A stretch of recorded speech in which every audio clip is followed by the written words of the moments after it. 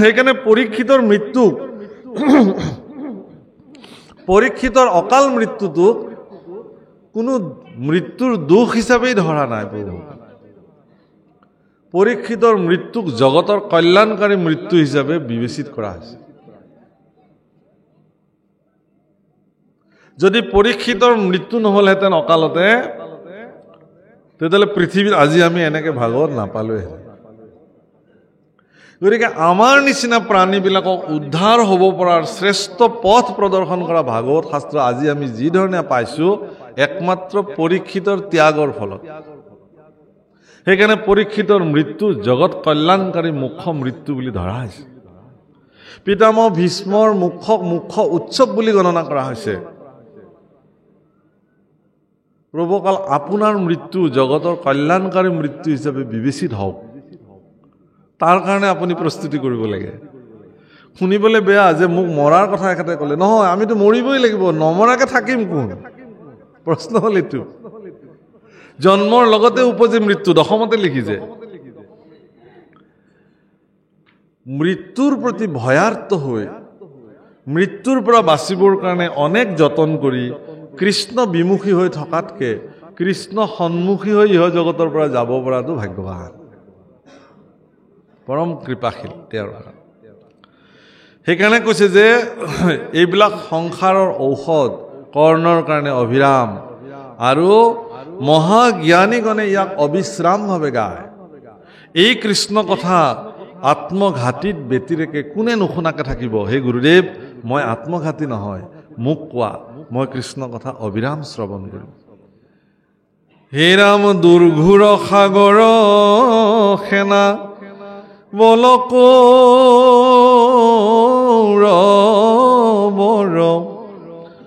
দ্ৰোণ ভীষ্ম কৰ্ণ তাতে কুম্ভীৰ মগৰ, ৰাম মোৰ পিতামহ বৰ্গে কৃষ্ণ নৌকা পাই, লীলায়ে তৰিলা তাক গোখোজ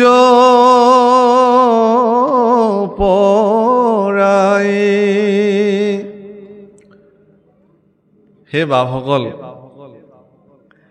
কুৰুক্ষেত্ৰ এখন সমুদ্ৰ বুলি আমি কওঁ, আৰু আমিবিলাকে খুব ধুনীয়াকে শুনো সেই কুৰু সমুদ্ৰত কেনেকে পঞ্চপাণ্ডৱে যুদ্ধ কৰিলে, কেনেকে কৌৰৱে তাত পৰাজয় বৰণ কৰিলে। কিন্তু আপুনি নিজেও যে এখন কুৰুক্ষেত্ৰত দিনে দিনে যুদ্ধ কৰি আছে, সেইটো কেতিয়াবা ভাবিছেনে? মোৰ জীৱন কুৰুক্ষেত্ৰত মই যে হাবুডুবু খাই আছো, এই কথা আপুনি কেতিয়াবা ভাবিছেনে? সময়ত আপোনাৰ বিপদত সহযোগী হ'ব থাক আপোনাৰ ইষ্ট কুটুম্বই আপোনাৰ বিপদৰ প্ৰধান কাৰণ হিচাপে থিয় হৈ আছে, এতিয়া ভাবিছেনে এই কথাটো কেতিয়াবা? সকলোৰে জীৱনত নহ'ব পাৰে, কাৰোবাৰ জীৱনততো হয়। যাক মই ইষ্ট বুলি ভাবিছোঁ তেওঁৱে মোৰ শত্ৰু হিচাপে মোৰ লগত কাম কৰি আছে। যাক মই মিত্ৰ বুলি ভাবিছিলোঁ তেওঁৱে মোৰ লগত গাদ্দাৰি কৰিছে। যাক মই বন্ধু বুলি ভাবিছিলোঁ তেওঁৱে মোৰ কাৰণে চূড়ান্ত শত্ৰু হিচাপে বিবেচিত হৈছে। এই কথা আমি কেতিয়াবা ভাবিছোঁনে বাৰু? সেইবিলাক নিজৰ কৃতকাৰ্যতাৰ পৰিণাম প্ৰভুসকল, প্ৰাৰব্ধ কৰ্মৰ ফল এইবিলাক। কিন্তু আপুনি যদি কৃষ্ণত সমৰ্পিত হয়, তেতিয়াহ'লে এনেকুৱা সন্দিক্ষণতো ভগৱান আপোনাৰ লগত সখিত্ব কৰিবৰ কাৰণে আহিব, কিন্তু উপজাচি। আপোনালোকে জানে মহাভাৰতত ভগৱান কৃষ্ণ উপজাচি গৈ অৰ্জুনৰ লগত সখিত্ব কৰিছে। অৰ্জুনে সখিত্ব কৰিবৰ কাৰণে কৃষ্ণৰ ওচৰলৈ অহা নাই। কংস নিধনৰ পিছত দ্বাৰকাধীশ ভগৱান কৃষ্ণই অৰ্জুনক বিচাৰি বিচাৰি গৈ সখিত্ব কৰিছে। কেলে যে পৃথিৱীৰ ভাৰ হৰণ কৰিবৰ কাৰণে তেওঁ অৰ্জুনক বিবেচিত কৰি লৈছিলে যে অৰ্জুন মোৰ সহযোগী। সেইকাৰণে গীতাত কি ধুনীয়াকে এটা বৰ্ণন কৰে যে অৰ্জুনৰ ৰথৰ 4টা ঘোঁৰা, এটা হ'ল এটাকে 4টা ঘোঁৰা, আৰু সেই উদাক্ত ঘোঁৰা 4টাৰ যি ৰথ, সেই ৰথখনৰ নাম হ'ল কপিধ্বজ। আৰু সেই কপিধ্বজ ৰথৰ সাৰথী ভগৱান শ্ৰী নাৰায়ণ নিজেই, কৃষ্ণ দৈৱকী নন্দন। আৰু মহাৰথী হিচাপে সেই ৰথত বিদ্যমান হৈ আছে কুন্তী নন্দন গাণ্ডীৱধাৰী অৰ্জুন। বাপসকল, এই শৰীৰটোৱে সেইখন ৰথ আৰু এই ৰথখনৰ চালক 4টা ঘোঁৰা মন বুদ্ধি চিত্ত আৰু অহংকাৰ ইমান বেগৱন্ত যে ক'ত যে মোক লৌৰাই লৈ ফুৰাই তাৰ কোনো হিচাপ নাই ক্ষিপ্ৰ গতিত বায়ুৰ বেগতকৈও বেছি শব্দৰ বেগতকৈও অধিক বলৱন্ত মোৰ জ্ঞান অৰ্জুনে যদিও এইখন ৰথত বহি আছে তেওঁ কোনো ধৰণৰ সুবিধাই পোৱা নাই তেওঁক নিয়ন্ত্ৰণ কৰিবৰ কাৰণে কিন্তু অৰ্জুন জ্ঞানাৰ্জুনে গোটেইকেইটা মনক নাকি লগাই এডাল বাগজৰি কৰি সমস্ত জগতৰ নিয়ন্তা পালনকৰ্তা ভগৱান কৃষ্ণৰ হাতত জৰিডাল দি ক'লে যে হে প্ৰভু আজিৰ পৰা এই ৰথখন তুমি যেনেকৈ চলাবা তেনেকৈ চলিব তুমি যেনেকৈ নিৰ্দেশনা কৰিবা মই এই ধৰণেহে জগতত চলিম এই বুলি যদি আপুনি আপোনাৰ শৰীৰ ৰথখন ভগৱানৰ চৰণত নিবেদন কৰি দিব পাৰে তেতিয়াহ'লে সিদিনাখনৰ পৰা আপুনি মুক্ত আপোনাৰ শৰীৰৰ চিন্তা ভগৱানে কৰিব গীতাৰ এইটো মূল তাৎপৰ্য আৰু সেইজনৰ কাৰণে শ্ৰী বিজয় নিশ্চিত সেইকাৰণে যত্ৰ যোগেশ্বৰঃ কৃষ্ণ যত্ৰ পাৰ্থ ধনুৰ্ধৰ তত্ৰ শ্ৰী বিজয় সঞ্জয়ে কৈ থৈ দিছে পিতামহ ভীষ্ম প্ৰমুখে সকলোৱে এই কথা জানে যে অৰ্জুনৰে জয় হ'ব যুধিষ্ঠিৰৰে জয় হ'ব এটোপাল ৰক্তও পাত নকৰাকৈ যুধিষ্ঠিৰে যুদ্ধ বিজয় সাব্যস্ত কৰিছিল যুদ্ধৰ প্ৰাৰম্ভণিতে সেই কথা আমি চবেই জানো আমাৰ ল'ৰা ছোৱালীবিলাকক এই আদৰ্শ আমি শিকাব লাগে তেতিয়ালৈকে যুদ্ধ আৰম্ভই হোৱা নাই যুধিষ্ঠিৰে অস্ত্ৰ শস্ত্ৰ থৈ কৌৰৱৰ পক্ষে খালী হাতেৰে খোজকাঢ়ি গ'ল হাতজোৰ কৰি পেলাই আৰু দুৰ্যোধনে দূৰৰ পৰা দেখি ক'লে খুব আত্মহাস্য কৰিলে ক'লে হা গম পালেনে যুধিষ্ঠিৰে এতিয়া মোৰ এই প্ৰচণ্ড সেনা বাহিনী দেখি যুধিষ্ঠিৰে হাৰ মানিলে এয়া খালী হাতেৰে হাতজোৰ কৰি মোৰ ওচৰলৈকে আহি আছে আহি মোৰ চৰণত পৰি যাব ক'ব যে হে দুৰ্যোধন মই যুদ্ধ নকৰোঁ মই এতিয়াই বশ্যতা স্বীকাৰ কৰিলোঁ কিন্তু দুৰ্যোধনে ভবাৰ নিচিনাকৈ নহ'ল কিন্তু যুধিষ্ঠিৰে আহি পোন প্ৰথমে তেওঁলোকৰ বংশৰ আটাইতকৈ বয়োজ্যেষ্ঠজন পিতামহ ভীষ্ম যিজন সেনাপতি ৰূপত আহি উপস্থিত হৈছে পিতামহ ভীষ্মৰ চৰণত প্ৰণিপাত জনাই কৈছে যে হে পিতামহ যুধিষ্ঠিৰৰ প্ৰণাম স্বীকাৰ কৰক আয়ুষ্মান ভৱ পুত্ৰ যে হে পিতামহ তুমি আমাৰ বংশৰ আটাইতকৈ বয়োজ্যেষ্ঠ মই আজি এখন যুদ্ধত অৱতীৰ্ণ হ'বলৈ ওলাইছো চাব দেই কিমান ডাঙৰ কথা যে হে পিতামহ মই আজি এখন যুদ্ধত অৱতীৰ্ণ হ'বলৈ ওলাইছো আমাৰ বংশৰ বয়োজ্যেষ্ঠ হিচাপে মই আজি তোমাৰ পৰা আশীৰ্বাদ বিচাৰি আহিছো যাতে মোৰ এই যুদ্ধখনত বিজয় সাব্যস্ত হয় পিতামহ ভীষ্ম আনন্দত আত্মহাৰা হৈ গ'ল আৰু দুহাত ওপৰলৈ তুলি পেলাই আশীৰ্বাদ কৰিলে বিজয় ভৱ পুত্ৰ বিজয় ভৱ পুত্ৰ বিজয় ভৱ পুত্ৰ আচ্ছা বিৰোধী পক্ষৰ সেনাপতিয়ে যেতিয়া মুখেৰে 3বাৰ ক'লে বিজয় ভৱ বিজয় ভৱ বিজয় ভৱ যুদ্ধখন তেতিয়াই শেষ নহ'ল নে তাৰ মানে নিজৰ আদৰ্শ আৰু শ্ৰেষ্ঠ চৰিত্ৰৰ দ্বাৰা যুধিষ্ঠিৰে এটোপালো ৰক্তপাত নোহোৱাকৈ পোনপ্ৰথমে যুদ্ধৰ বিজয় ঘোষণা কৰাই ল'লে তাৰপিছত কুলগুৰু কৃপাচাৰ্যৰ ওচৰলৈ গৈ ক'লে যে হে কৃপাচাৰ্য তুমিতো আমাৰ কুলৰ গুৰু তুমি মোক আশীৰ্বাদ নিদিবানে মোৰ যে যুদ্ধ কৰিবলৈ ওলাইছো মই আশীৰ্বাদ আছে বাছা তোমাৰ বিজয় হওক অথচ ৰথী হিচাপে আহি কুলগুৰু তাত উপস্থিত আছে অস্ত্ৰগুৰু দ্ৰোণাচাৰ্যৰ চৰণৰ ধূলি শিৰত তুলি লৈ কৈছে যে হে গুৰুদেৱ তুমি তোমাৰ এইখন হাতেৰে মোৰ এই দুখন হাতক অস্ত্ৰবিদ্যাত পাকৈত কৰাইছিলা তোমাৰ কৃপা নহ'লে মই যুদ্ধ কৰিবই নোৱাৰিলোহেঁতেন হে কৃপাময় গুৰু তোমাৰ কৃপা অবিহনে মই জানো যুদ্ধত বিজয় হ'ব পাৰিম গতিকে মই আজি তোমাৰ কৃপা ভিক্ষাৰ পাত্ৰী গতিকে তুমি মোক কৃপা ভিক্ষা দিয়া গুৰুদেৱ মই যাতে যুদ্ধত বিজয় হ'ব পাৰোঁ বিজয় ভৱ পুত্ৰ বিজয় ভৱ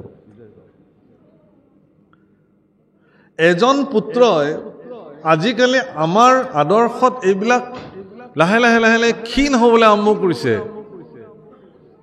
সন্তানবিলাকে জ্যেষ্ঠসকলক কি ধৰণে সৎকাৰ কৰিব লাগে সেই সংস্কাৰ যেন লাহে লাহে লাহে লাহে ক'ৰবাত হেৰাই যাবলৈ ধৰিলে বৰদেউতাক হিচাপে যদি সন্তানটোক কিবা কৈছিলেও এষাৰ সি তৎক্ষণাত জবাব দি দিছে বৰদেউতাকে সিদ্ধান্ত লৈছে আজিৰ পৰা আৰু ইয়াক একোৱেই নকওঁ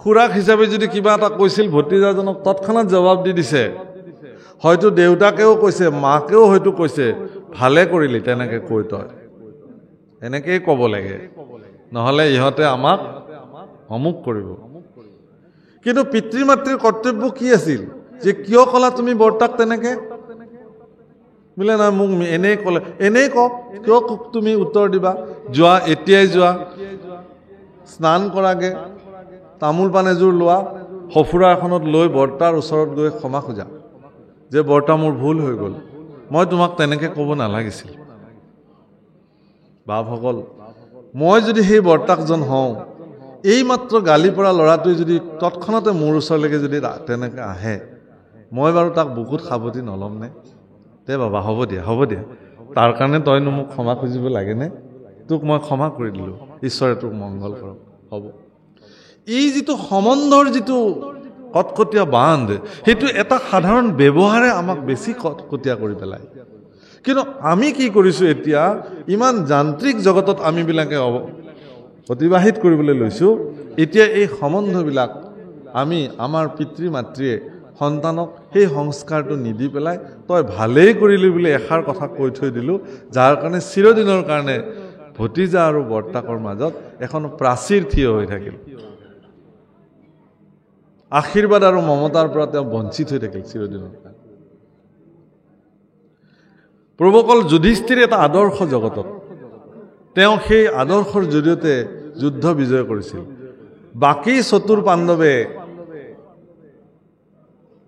বাকী চতুৰ্থ পাণ্ডৱে তেওঁলোকেও যুধিষ্ঠিৰৰ পদাংক অনুকৰণ কৰি তেওঁলোকে যুদ্ধত জ্যেষ্ঠ ভাতৃ যি বুলি কৈছে সেইধৰণে যুদ্ধত তেওঁলোকে বিজয় সাব্যস্ত হৈছে প্ৰভুসকল আমিও আমাৰ সংসাৰ কুৰুক্ষেত্ৰখনত যদি বিজয় সাব্যস্ত হ'ব খোজো তেতিয়াহ'লে আমিও সেই ধৰণে ঈশ্বৰ গুৰু পিতৃ মাতৃ জ্যেষ্ঠজনৰ প্ৰতি সৎকাৰী মনোবৃত্তি থাকিব লাগিব যিজন ল'ৰা বা ছোৱালীৰ গাত এই ধৰণৰ সৎকাৰী মনোবৃত্তি সংস্কাৰী মনোবৃত্তি থাকিব সংসাৰ জগতত তেওঁ এদিন জয়ী হ'বই তেওঁক কোনেও পৰাস্ত কৰিব নোৱাৰে শাস্ত্ৰ এইবিলাকে কৈছে কেৱল আকৌ চাকি বন্তি জ্বলাই শৰাই সফুৰা খাই ভাগত শুনিলে আমাৰ জীৱনত একো কামত নাহে আমাৰ ল'ৰা ছোৱালীবিলাকক এই সংস্কাৰ দিব লাগে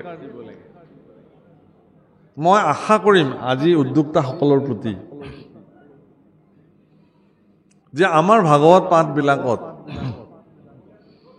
আমি যেনেকৈ জেগা ৰাখোঁ যে আইসকল ইফালে বহিব বাপসকল ইফালে বহিব মোৰ মনলৈ আজি এটা নতুন ধাৰণা আহিছে এই ধাৰণাটো মই আজি প্ৰকাশ কৰোঁ আমাৰ উদ্যোক্তাসকলে ধৰক এই নামঘৰটোতে এইফালে এটা জেগা বোলে এইখিনি জেগা নৱপ্ৰজন্মৰ কাৰণে বুলি সংৰক্ষিত কৰিব লাগে তাত কোনো বহিব নালাগে চাওঁ গাঁওখনৰ কিমান ডেকা ল'ৰা ছোৱালী আহি সেই জেগাটো পূৰ্ণ কৰে উদ্যোক্তাসকলে যেতিয়া ইয়াত কোন বহিব বোলে ইয়াত আইসকল বহিব ইয়াত গুৰুস্থানীয় ব্যক্তিসকল বহিব ইয়াত আমন্ত্ৰিত ভকতসকল বহিব আৰু এইখিনি জেগা সংৰক্ষণ কৰিছোঁ আমাৰ গাঁৱৰ উঠি অহা ল'ৰা ছোৱালীসকলৰ কাৰণে তেওঁলোক বহিব ইয়াত লিখি থৈ দিব লাগে পাৰিলে তাত আৰু গাঁৱৰ প্ৰত্যেকটো পৰিয়ালে নিজৰ ল'ৰা ছোৱালীবিলাকক সেই স্থানডোখৰৰ ৰিক্ত স্থানডোখৰ পূৰ্ণ কৰিবৰ কাৰণে নিজৰ সতি সন্ততিক প্ৰেৰণা দিব লাগে তাত এবাৰ বহিবা দেই তোমালোকৰ কাৰণে স্থান নিৰীক্ষণ কৰা হৈছে নিৰ্ধাৰণ কৰা হৈছে তাত বহি একান্ত চিত্তে কৃষ্ণ কথা শুনিবা নহ'লে এই বছৰত ইমান লাখ টকা খৰচ কৰি আমাৰ যে গাঁৱে ভাগৱতখন পাতিছে তোমালোকে যদি নুশুনা তেতিয়াহ'লে এইবোৰৰ কি কাম আছে আমিতো যি হ'ব লগা হৈয়ে গ'ল এতিয়াতো আমি সংশোধন কৰাৰ ৰাস্তাই নাই গতিকে সেই বাচাহত আমি আমাৰ জীৱনত আধ্যাত্মিকভাৱে যি পিছপৰি ৰ'লোঁ তোমালোকে যাতে আধ্যাত্মিক দৃষ্টিৰে পিছপৰি নোৰোৱা গুৰুস্থানীয় ব্যক্তিসকলৰ শ্ৰীমুখে ওলোৱা ভাল কথা সৎ কথা শুনিবৰ কাৰণে আমি এইবাৰ তোমালোকৰ কাৰণে এডোখৰ স্থান নিৰ্ধাৰণ কৰিছোঁ সেইখিনি স্থানত তোমালোকে বহি একান্ত চিত্তে কৃষ্ণ কথা শুনিবাচোন তেতিয়া দেখিব যে গাঁৱৰ গোটেই ল'ৰা ছোৱালীবিলাক আহি সেই স্থানটো পূৰ্ণ কৰিব আৰু তেতিয়াহে আপোনালোকৰ এই ভাগৱত পাঠৰ সফল হ'ব অন্যথা নহয়। গতিকে মই সেইকাৰণে ভাগৱতত বহি পেলাই মোৰ চকুকেইটাই পিটকে চাই থাকোঁ। মই বাৰে বাৰে যে চাই আছোঁ, সেইটোকে চাই আছোঁ, এইখন গাঁৱৰ ডেকা ল'ৰা ছোৱালী আহি ইয়াত বহিছেনে নাই, টিনেজৰ ল'ৰা ছোৱালী আহি ইয়াত বহিছেনে নাই। যেতিয়া দেখোঁ যে বহা নাই, তেতিয়া মই ভাবোঁ যে আচলতে মই ইয়ালৈ এনেই আহিলোঁ। কাৰণ আপোনালোকতো মোৰ পিতৃস্থানীয় ব্যক্তি, মোৰ মাতৃস্থানীয় ব্যক্তি। আপোনালোকক ভাগৱত পাঠ শুনাব অহাটো মোৰ আচলতে ধৃষ্টতা। মই কেনেকৈ শুনাম আপোনালোকক? মোৰ এই যোগ্যতা আছে জানো? কাৰণ বয়সৰ অভিজ্ঞতাৰে আপোনালোক মোতকৈ বহুত ওপৰত। 40ৰ দেওনা পাৰহে কৰিছোঁ মাত্ৰ মই। আপোনালোকে কিন্তু বহুত আগবাঢ়িছে, বয়সৰ অভিজ্ঞতা মোতকৈ আপোনালোকৰ বেছি। গতিকে মোতকৈ কনিষ্ঠজন যদি আহি ইয়াত বহে, তেতিয়াহ'লে তেওঁলোকলৈ মোৰ উপদেশটো দিবলৈ উজু হয়। সেইকাৰণে মোৰ এইটো বিনম্ৰ নিবেদন, অহাবাৰ ইয়ালৈ হয়তো মোক নামাতিবও পাৰে বা বেলেগ কথা, কিন্তু মই যাতে এই খবৰটো পাওঁ যে এইবাৰ আমাৰ গাঁৱত হোৱা ভাগৱত পাঠত প্ৰভু ঈশ্বৰে কৈ যোৱা কথাটোক মান্যতা দি আমি নৱপ্ৰজন্মৰ কাৰণে স্থান ব্যৱস্থা কৰিছিলোঁ। আমি ঘৰে ঘৰে এৱাৰনেছ কৰিছিলোঁ, সচেষ্ট কৰিছিলোঁ। প্ৰত্যেকজন অভিভাৱকে নিজে নেতৃত্বলৈ আহি নিজৰ ল'ৰাটোক বহুৱাই থ'ব, তুমি ইয়াতে বহা, কৃষ্ণ কথা যি পাৰা তাকে শুনা, বুজি পালেও পাবা, নাপালেও নাই, মুঠতে শুনা। মই ভাবোঁ আপোনালোকৰ ভাল লাগিছেনে প্ৰস্তাৱটো? হা? যদি কিবা দোষাদোষ হৈছে মৰিখন নকৰিব, ভাল লাগিলে কৰিব। আৰু এই বাৰ্তাটো যিহেতু আমাৰ চেনেলবিলাক বহিয়ে আছে, চেনেলৰ মাধ্যমেৰে যাবই বাৰ্তাটো, গতিকে সকলোৱে ইয়াক কৰিবৰ কাৰণে হয়তো প্ৰয়াস কৰিব। মই আজিৰ পৰা প্ৰত্যেকটো ভাগৱত পাঠতে মই এই নিবেদন সকলো উদ্যোক্তাসকলৰ প্ৰতি কৰিম। হীৰা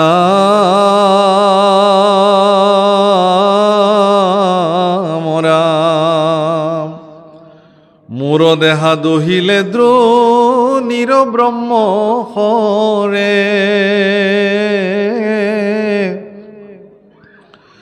ৰাখিলা মাধৱে পখী গৰ্ভৰ ভিতৰে, হেন ইষ্টদেৱ মোৰ প্ৰভু দামোদৰ, কহিও শুনিব তান চৰিত্ৰ বিস্তৰ,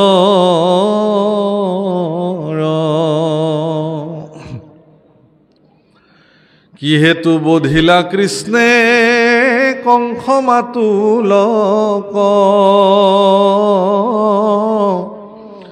ও পিতৃগৃহ এৰি কেনে গৈলা গোকুলক।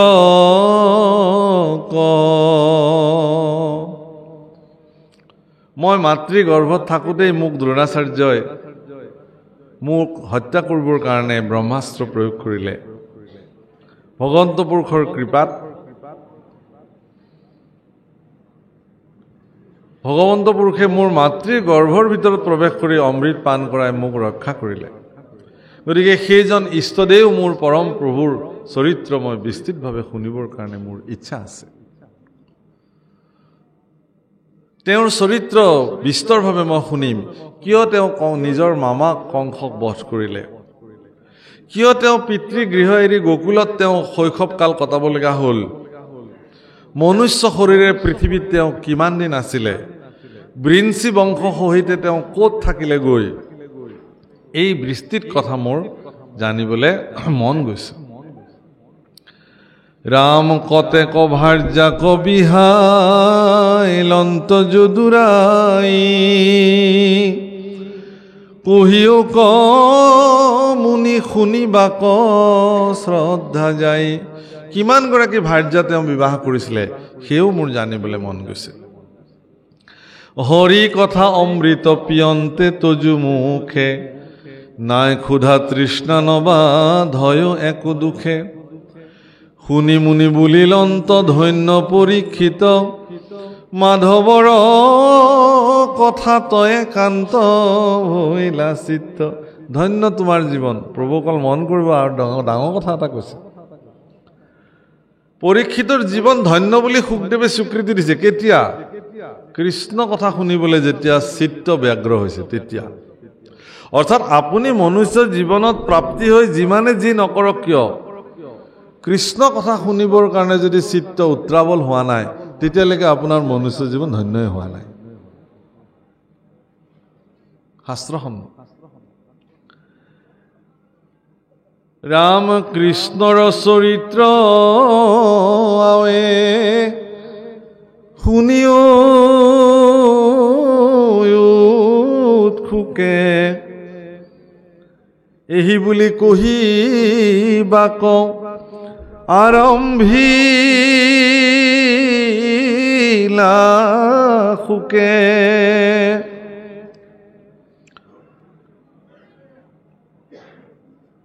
হে ৰাম উপজিলা ৰাজা হুয়া দৈত্যয় সংখ্যাত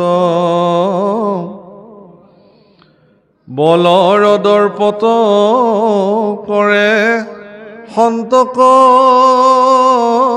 বিঘাত। ৰাম তাৰ ভাৰ সহিবে নপাৰিব সুন্ধৰি ব্ৰহ্মাত শৰণ লৈলা ধেনুৰূপ ধৰি। ৰাম তনু ভৈলা ক্ষীণ পিৰিলে কগুৰু ভাৰে তিনটি আছে মুখ আতি লুতকৰ ধাৰে।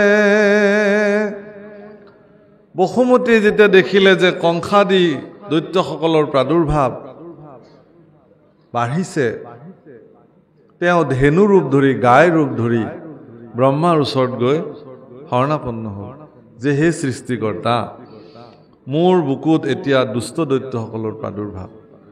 প্ৰভুসকল, পৃথিৱী আমাৰ মাতৃ। মাতৃ যেতিয়া অতিষ্ঠ হৈ যায়, জানিব যে সন্তানৰ দুষ্কাৰ্য বহুত বাঢ়িছে।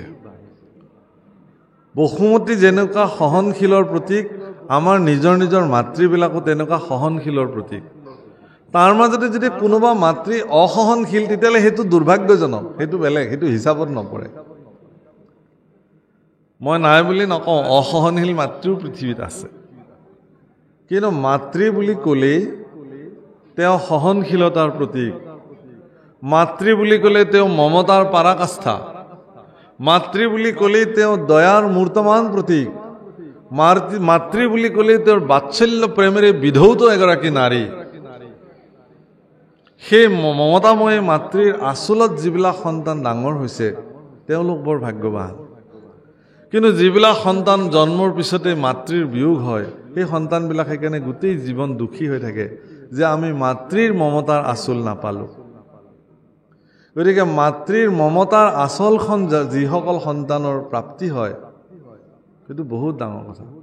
নিজৰ শৰীৰৰ আহাৰ এটা সন্তানক মাতৃয়ে যেতিয়া আচল ঢাকি পেলাই খুৱায়, তাৰপিছত যি ধৰণে লুন্দি ঘুন্দি সেই সন্তানটোক মাতৃয়ে যি ধৰণে মৰম কৰে, চুম্বন কৰে, এনেকুৱা স্বৰ্গীয় অনুভূতি আৰু পৃথিৱীত সেই ব্যক্তিয়ে পৃথিৱীত কেতিয়াও কতোৱেই নাপায়। পাব জানো? কোনোবাই পায় যদি নাজানো, মোৰ দৃষ্টিত নাপায়। মাতৃৰ মমতাময় হাতৰ স্পৰ্শত যিবিলাক সন্তান সংস্কাৰিত হয়, সেই সন্তানে পৃথিৱীত কেতিয়াও বেয়া কাম কৰিব নোৱাৰে। কিন্তু সেই সন্তানে যেতিয়া পিতৃ মাতৃ বৃদ্ধ হয়,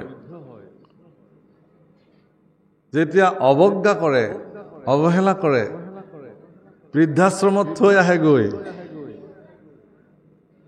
ফুটপাথত এৰি দি থৈ আহে মনে মনে, ইয়াতকে আৰু দুৰ্ভাগ্যজনক কথা কি হ'ব পাৰে?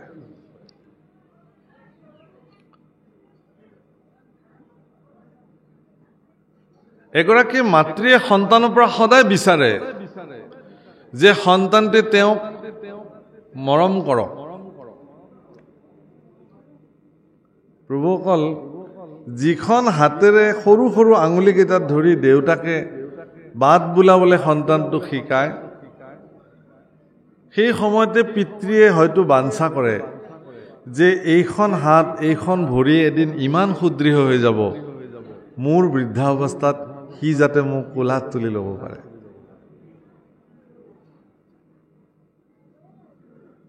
আৰু সঁচাকে যদি এগৰাকী বৃদ্ধ পিতৃক কোনোবা সন্তানে যদি তেনেকে তেওঁক যেনেকে কোচত তুলি লৈ দেউতাকে লালন পালন কৰিছিল তেনেকে যদি আদৰ কৰে তেতিয়াহ'লে সেই পিতৃৰ জীৱন ধন্য হৈ গ'ল। তেওঁ যে মোক আৰু একো নালাগে, মই হৈ গ'লো, মোৰ সফল জীৱন।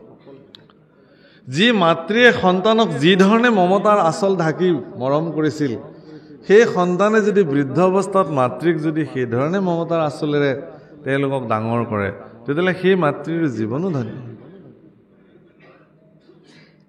সেইকাৰণে সন্তানৰ কৰ্মত যদি মাতৃ কেনেবাকৈ অতিষ্ঠ হৈ গ'ল, জানিব যে সি সীমা পাৰ কৰিছে। বসুমতী আজি অতিষ্ঠ হৈ গ'ল, ব্ৰহ্মাৰ ওচৰত গৈ গোচৰ দিছে ধেনু ৰূপ ধৰি, আৰু দুচকু চকু পানীৰে বৈ যাব ধৰিলে।